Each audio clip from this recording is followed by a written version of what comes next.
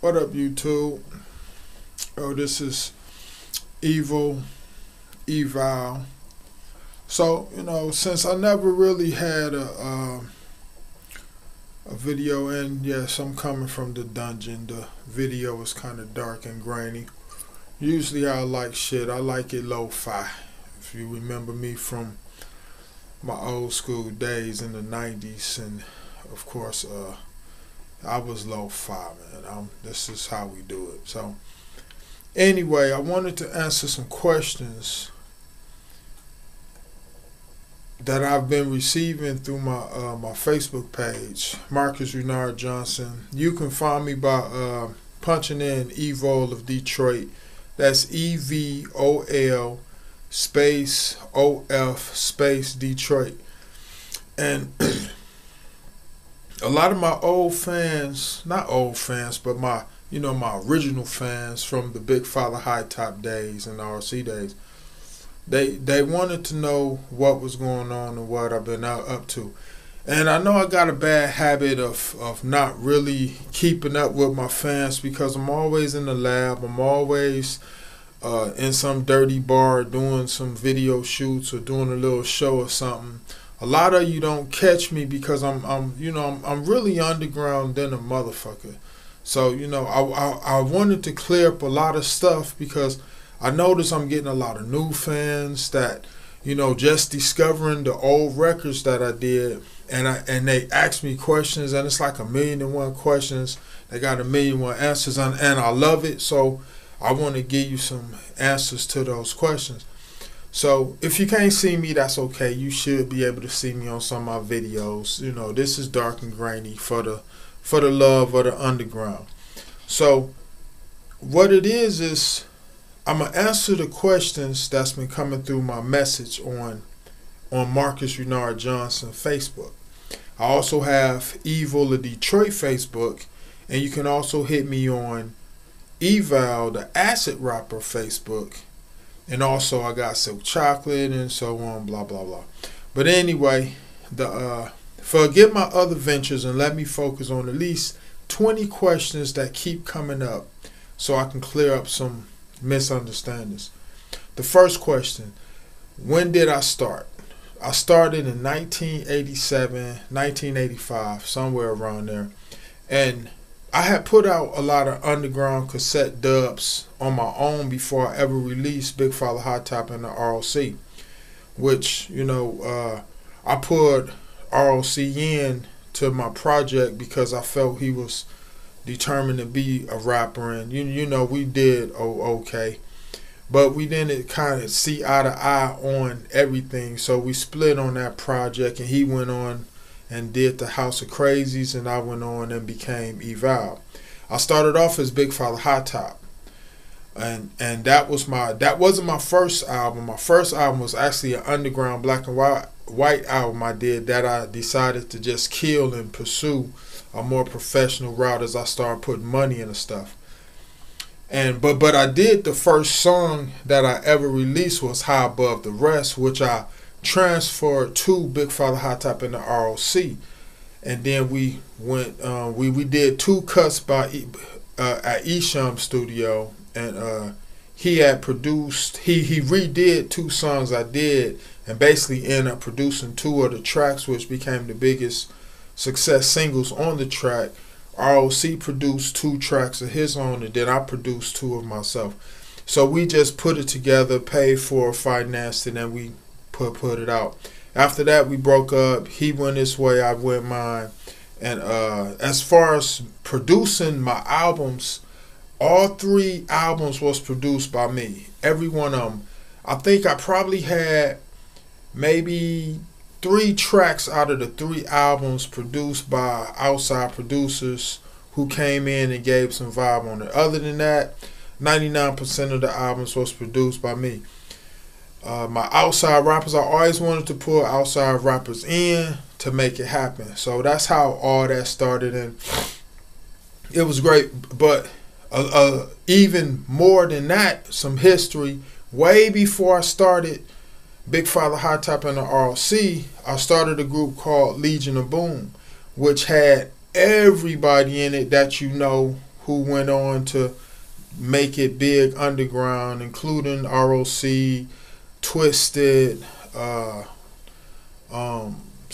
many who went on to sign with ICP and so forth. It was like probably, I don't know, 15 of us in a group called the Legion of Boom, and that's where we did our thing. But everybody had their own interests, so moving on. The reason, another question that came up: why did it just stop?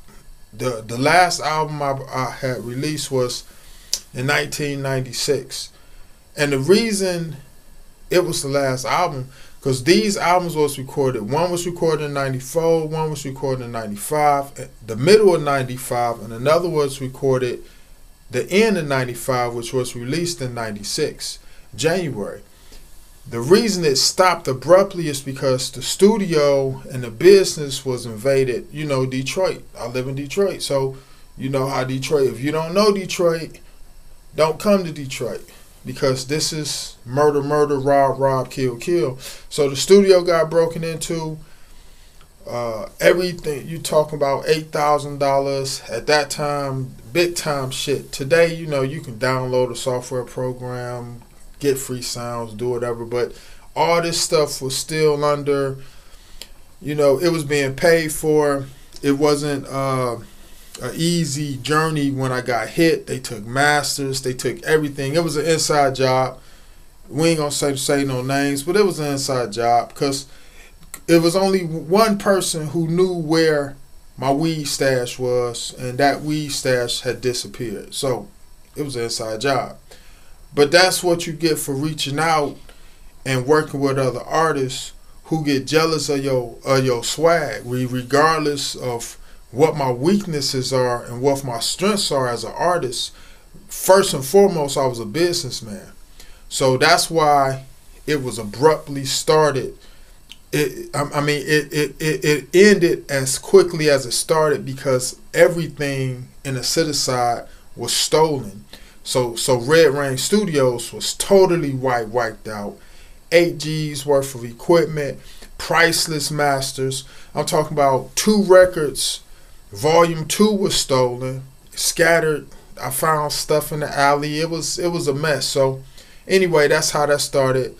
That absolutely destroyed me for a minute. I tried to bounce back. I ended up actually getting financed by my cousin Baby Boy Ray, who started Paperboy Records, and that's how we started.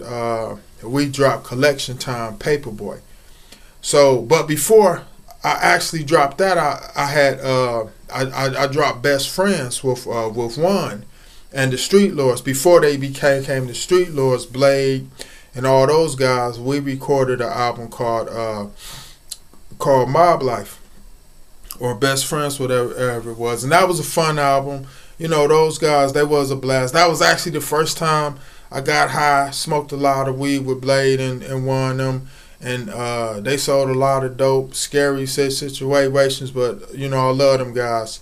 Rest in peace, Blade, free One. So, you know, that was a lot of fun, and his crew was fantastic to work with. I just think One overspent on everything he did. So, you know, budget systems, I had to move on. He did his thing, and I went on. So then that financial crush from that, because at the time, a Cityside got robbed, I was actually in talks with Atlantic Records, and they wanted to try to clean up the image a little bit or whatever it was. But, you know, however that was going, it all of it soured because of the break-in, because I actually had no power to really influence the way I wanted to take it, because the 2 albums that did get crushed and robbed, it just drained me of resources, and hey, things happen and you move on. And I just kind of bumbled along and was like, all right, let me redo this. But thanks to friends and, you know, the fans, I re-get cool the masters. Of course, a lot of my records I bought from disc makers. They did the pressing, so now they bought CD Baby, so I'm back with them doing some business, and it's all good. Another question that came up was when is Volume 2 coming out? Volume 2 was stalled so many times because I just felt it didn't connect with the wicked shit how it should. So right now I got it coming out, but my old heads, my original fans got to understand. In order for this album to come out, it has to connect with what's going on today too. So you will hear what we used to, before I mixed my records with rock and roll and heavy metal. Today I'm mixing them with metalcore, so, and heavycore. So, you know, it's a different vibe today, man. It's an upgrade. So that upgrade, I gotta make sure that's right. So it is coming out. It's a green album, as it was gonna come out green. You notice I did the color system. It was always one color. It went from red to purple to yellow. Now it's coming out green. And that's coming out. So another question, do I really hate ICP? Don't even really know ICP like that. Met him in the studio a couple times, passing by. Just, my whole thing was, I was an attacker. I grew up in the diss rap. You know, me and Ishan, we sat at the table when we diss rap in school. So that's how we grew up. So if you drop whack, I felt they was whack. But that's an opinion. They had some good tracks. It's all business, whatever. Not a big deal, but hey, if you throw your hook in the water, believe we pulling your shit. Second question, did I really ever beef out with Isham? I just felt Isham was a little bit, he wasn't too to what I felt was business wise when it came to running a company. But like he even said, his shit ain't a label. His shit is just his shit is a brand. So, you know, that was my bad. But I felt he should have been more of a Motown motherfucker to put niggas on the map. And, you know, I was disappointed at a lot of the business moves they made. But hey, that's on them. I should have just focused on me. It is what it is. Another question, and I'm going to wrap this up. I'll come back with a part 2, was how do you pronounce my name? So, if you know about Eminem and 8 Mile, we live in a very divided city, very, especially in the 90s. You know, the word wigger was everywhere, you know. And in Detroit, south of 8 Mile, they pronounce it as Evol. In the suburbs north of 8 Mile, they pronounce it as Evol. So that's how, pronounce it how you want. Hey, call me whatever. So hit me on my Facebook. Just Google Evol of Detroit. Everything come up. I'm always active. I'm always doing stuff. Send me questions. Post stuff on my Facebook. I don't care what you post. If I don't like it, if it's some stupid shit, I'll take it down. Put your songs on there. Send me some rap. Send me some beats. Whatever you want to do. Holla at your boy.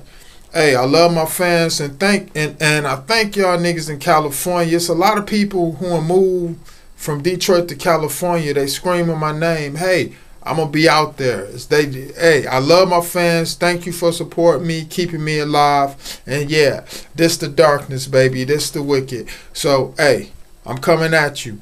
Keep on looking. Love. Peace.